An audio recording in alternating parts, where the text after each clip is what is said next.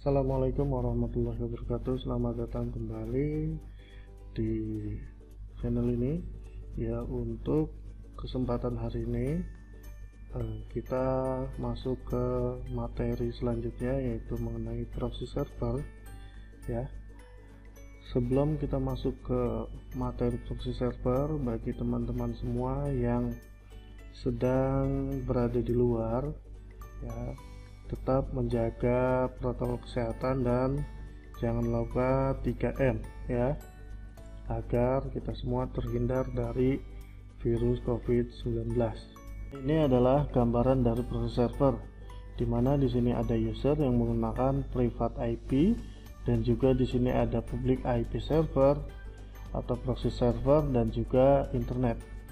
Jadi seolah-olah si proxy server inilah yang meminta data ke internet, bukan si usernya. Ya, jadi user ini meminta atau mengakses sebuah web server yang menggunakan proxy server, dan proxy server itu melanjutkan ke internet. Ya, jadi seolah-olah proxy server inilah yang menyediakan layanan untuk si user. Ya, sampai sini paham ya? Dan selanjutnya itu pengertian dari proxy server. Ya, mungkin di sini ada yang belum tahu proxy server itu apa. Ya, proxy server itu merupakan suatu server komputer atau program yang digunakan untuk menangani permintaan dari klien dalam melakukan request terhadap konten-konten yang terdapat di internet. Aplikasi proxy server yang banyak dipakai adalah Squid. Ya, Squid ini adalah aplikasi yang istilahnya populer yang banyak digunakan sebagai proxy server. Sampai sini teman-teman sudah tahu ya apa itu proxy server. Jika sudah, kita lanjut ke materi berikutnya. Dan apa itu Squid? Ya, Squid ini bukan Squidward ya. Ini adalah aplikasi proxy server yang dapat digunakan sebagai firewall, proses caching, pengendalian bandwidth dan lain-lain. Ya, jadi Squid ini banyak fungsinya ya.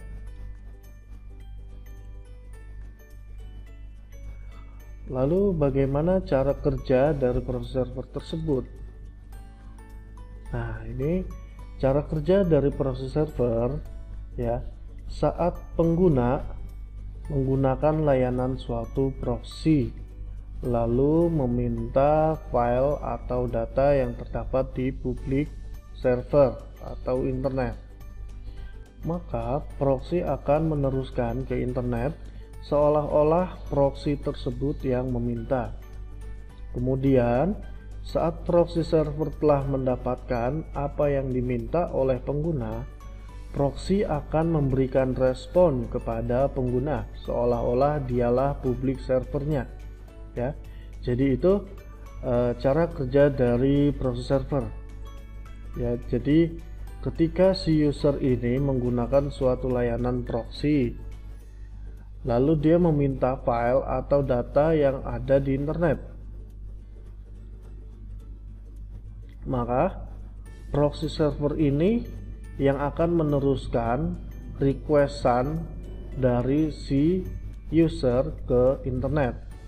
Setelah si proxy server tersebut mendapatkan data atau file yang diminta oleh si user, maka akan dikembalikan lagi ke user.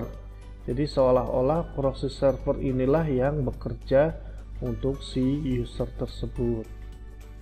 Paham ya sampai sini? Lalu manfaat apa saja sih ketika kita menggunakan proxy server? Manfaat untuk menggunakan proxy server di sini ada dua. Yang pertama, meningkatkan kinerja jaringan dengan kemampuan proxy server untuk menyimpan data permintaan dari aplikasi, klien, permintaan yang sama dengan permintaan sebelumnya hanya akan diambil dari simpanan proxy. Bisa dilihat untuk gambar di samping ini ya. Ini adalah contoh dari gambaran proxy server. Dan manfaat yang kedua itu untuk filtering permintaan. Jadi proxy server dapat pula digunakan sebagai filter terhadap permintaan data dari suatu situs. Ya, dalam artian proxy server ini dapat menyaring situs-situs atau requestan dari si pengguna. Ya, misalkan si pengguna ini pengen mengakses sebuah situs A, ya, karena situs A itu istilahnya membahayakan, maka si proxy server ini bisa memblokir akses ke situs tersebut, ya. Nah, di sini bisa dilihat untuk gambarannya. Di sini ada user, ya, PC. Di sini ada proxy server yang telah menggunakan cache spec, ya, dan juga web server internet. Dan di sini untuk si user ke proxy server dia menggunakan HTTP.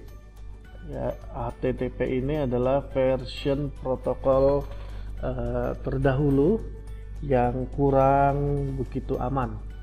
Lalu di sini ada yang encrypted connection menggunakan HTTPS.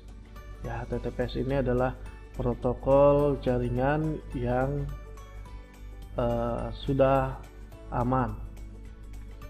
Pada saat si user ini mengirimkan request ke proxy server, maka proxy server ini akan meneruskan ke internet. Setelah proxy server ini mendapatkan informasi yang diminta oleh user, maka dari internet mengirimkan respon ke proxy server lalu diteruskan ke si user. Hanya saja jika si user tersebut mengakses website atau aplikasi yang telah digunakan atau telah diakses sebelumnya, maka proxy server ini tidak perlu meminta ke internet, ya, melakukan request ulang ke internet, ya, karena dia sudah menyimpan informasi yang telah dia request sebelumnya di proxy server. Maka dalam artian pada saat user menggunakan proxy server atau mengakses untuk kedua atau tiga kalinya, maka si user tersebut akan mendapatkan akses yang lebih cepat, yaitu adalah manfaat dari proxy server. Lalu apa saja fungsi dari proxy server? Fungsi dari proxy server ada tiga, yaitu fungsi utamanya ada tiga. Yang pertama ini untuk connection sharing, yang kedua untuk filtering, yang ketiga untuk caching. Selanjutnya jenis-jenis proxy server.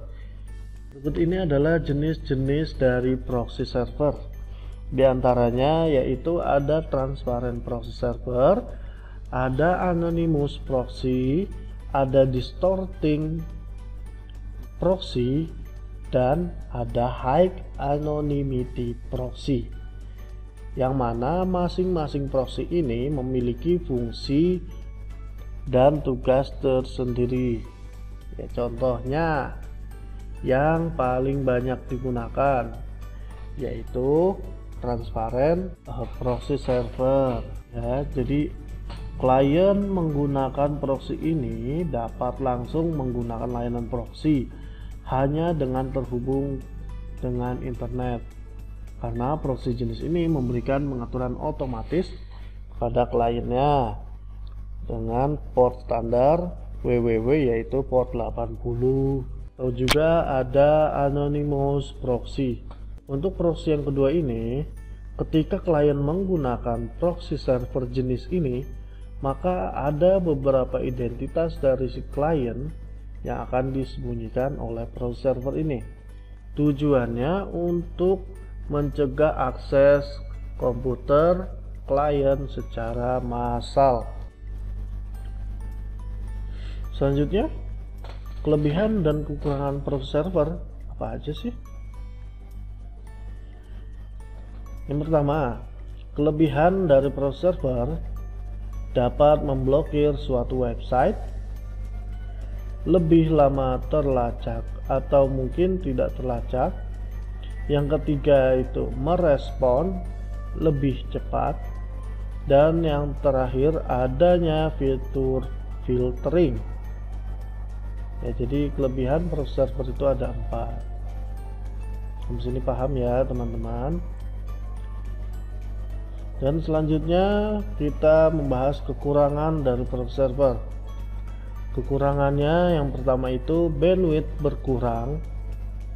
Ini karena terjadi perpindahan IP. Yang kedua, proses request terhadap suatu data untuk pertama kalinya akan lebih lama karena harus melalui proxy server terlebih dahulu. Yang ketiga, pencurian username dan password bisa saja terjadi. Ya, itulah kekurangan dari proses server. Ya, demikian materi untuk proses server. Dan semoga teman-teman di sini yang menyaksikan dapat memahami mengenai materi tentang proses server ini. Adapun materi selanjutnya kita akan coba membuat konfigurasi ya, atau kita praktekkan langsung menggunakan Linux Ubuntu yang akan kita coba nanti. Ya, sekian dan terima kasih, sampai jumpa di pertemuan berikutnya.